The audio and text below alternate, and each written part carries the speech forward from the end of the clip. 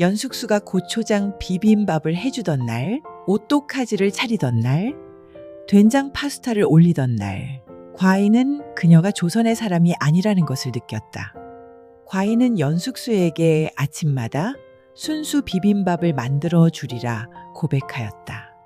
그리하면 그녀가 살던 곳으로 돌아가고 싶지 않을 수 있지 않을까. 애정이 담긴 요리가 한 사람을 보살피고 힘나게 한다면 과인은 기꺼이 그녀를 위하여 비빔밥을 만들어 줄 것이오. 이 음식의 이름을 무엇으로 부르면 좋을까?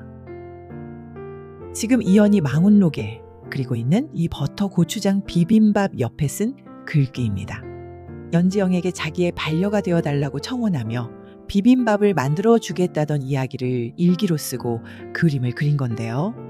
그림 그리는 모습이 정말 어린아이처럼 귀엽고 사랑스러워 보이죠? 이연이 연지영이 해준 모든 음식들을 그림과 글로 남기고 기억하고 추억하고 있습니다. 그렇게 음식을 만들어줄 때마다 조선 사람이 아니라는 걸 느꼈다는 건 그녀가 돌아갈 곳이 따로 있다는 걸 늘 느낀 것과 같은 말이죠.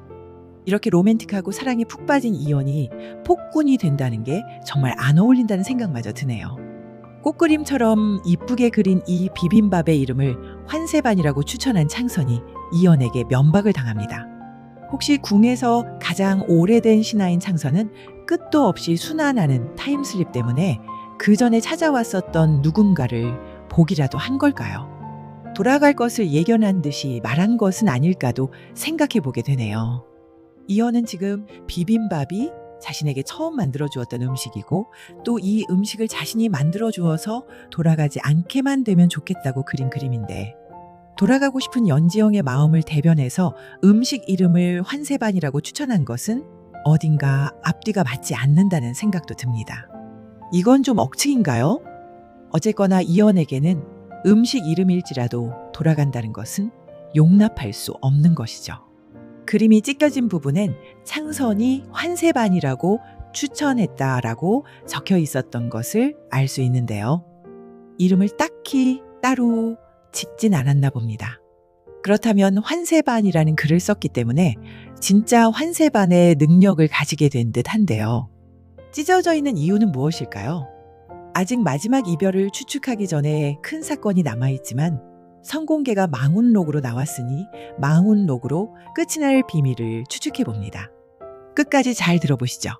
사활을 무사히 막아야 이연과 연지영이 비빔밥이라도 함께 먹을 수 있는 평화로운 저녁을 맞이할 수 있지 않을까요? 한 번 더 프로포즈를 하기 위해 이연은 정말로 비빔밥을 만들어 줄 것 같습니다.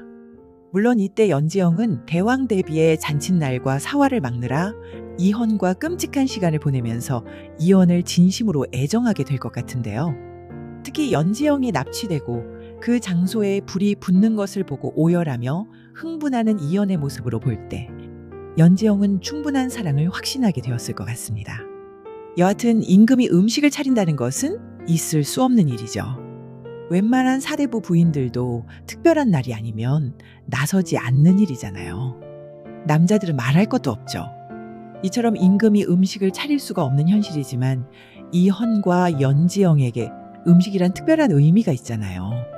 이헌이 망운록에 애정이 담긴 요리가 한 사람을 보살피고 힘나게 한다면 과인은 기꺼이 그녀를 위하여 비빔밥을 만들어줄 것이오 라고 쓴 것처럼 깊은 마음을 전달하는 수단인 것입니다. 그리고 치유가 되는 수단이고요. 이연은 연지영이 음식을 만들어줄 때마다 그를 깊이 위하는 마음을 느꼈고 그 마음이 사랑이 된 것을 증명한 사람이잖아요. 그래서 임금이지만 연지영을 위한 요리는 그에게 애정을 전하는 행위죠. 꽃을 따다 준다든지 시나 그림을 지어 그려준다든지 하는 것과 마찬가지로 그녀에게 내 마음을 전하는 가장 좋은 수단인 것이죠. 무엇보다 연지영이 생각하는 음식은 특별한 의미가 있다는 것을 알기 때문이죠. 이렇게 비빔밥을 받아든 연지영이 맛있게 먹을 때 환세반이라는 이름을 창선이 추천해서 자기가 화를 내었다라는 말을 하려 할 것입니다. 그때 환세반이라고 연지영이 따라서 읍조리는 턱에 망운록이 마법의 기운을 내뿜을 것으로 예측해봅니다. 연지영이 개기일식에 있는 순간 망운록을 펼쳐서 연모하는 그대가 언젠가 이 글을 읽는다면 내 곁에 돌아오기를 이라고 읽는 순간 마법의 주문이 되어서 조선으로 온 것처럼 말이죠. 망운록의 특정한 글을 읽는 것이 바로 주문이 되는 것이죠.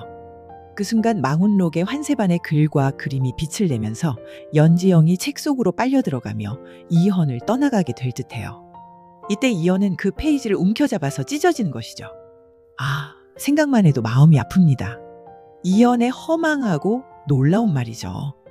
망운록을 붙들고 품에 안고 놓지를 못하고 식음을 전폐하지 않을까 합니다. 그리고 망운록에 비밀이 있다는 것을 눈치채고 첫 장에 그 글을 적는 거죠. 연모하는 그대가 언젠가 이 글을 읽는다면 내 곁에 돌아오기를.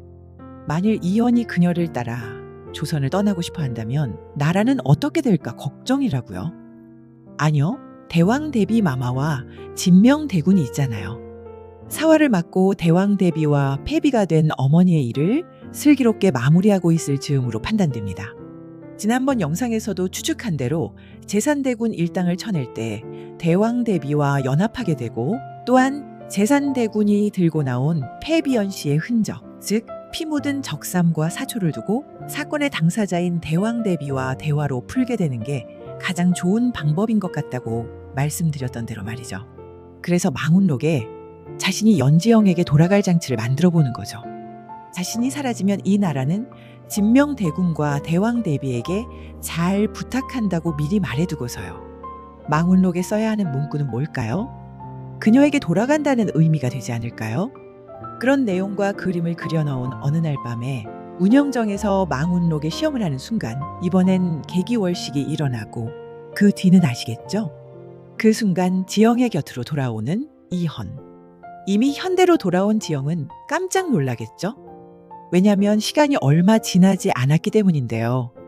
비행기 화장실에서 쓰러져 있는 것이 발견되었고 그녀는 병원에 누워 있었지만 시간은 며칠 또는 몇 주가 채 가지도 않은 것이죠. 그러니 긴 꿈을 꾸었다고 생각하겠죠. 너무도 생생한 꿈 말입니다. 그리고 가방에 여전히 망운록이 들어있죠. 그런데 그 뒤 연지영을 따라 현대로 온 이현은 어디로 왔을까요? 연지영이 떠난 후 시간차가 길지 않아 연지영이 깨자마자 곧 따라올 것 같은데요. 망운록을 가지고 있는 연지영 곁으로 말이죠.